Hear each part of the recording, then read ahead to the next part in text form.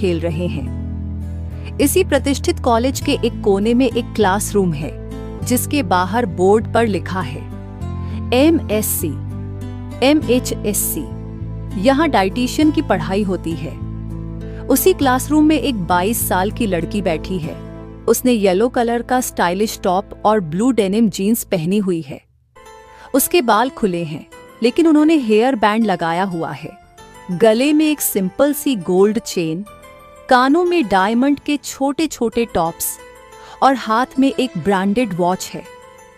उसका चेहरा दूध जैसा गोरा और मलाई की तरह मुलायम है।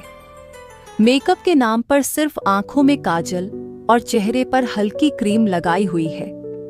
उसके होंठ प्राकृतिक रूप से गुलाबी हैं और बिना मेकअप के भी वह बेहद खूबसूरत और मासूम दिखती है। उसे देखकर ऐसा लगता है मानो भगवान ने उसे फुर्सत में बनाया हो। उसकी खूबसूरती और मासूमियत पर कॉलेज के कई लड़के मरते हैं, लेकिन उसे इन सब चीजों से कोई फर्क नहीं पड़ता। वह अपने करियर को लेकर गंभीर है और बेवजह फ्लर्ट करने वाले लड़कों को करारा जवाब देना बखूबी जानती है। अभी उसके चेहरे पर चिंता के भाव हैं। वह अपने बैग में कुछ ढूंढ रही है, लेकिन मिल नहीं रहा। परेशानी में वह बैग से सारा सामान निकालकर खोजने लगती है।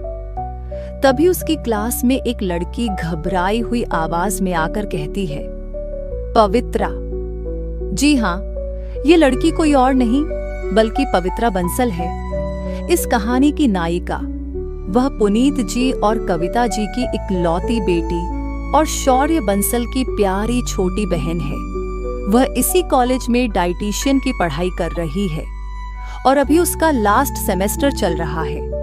उसने अब तक कॉलेज में टॉप किया है।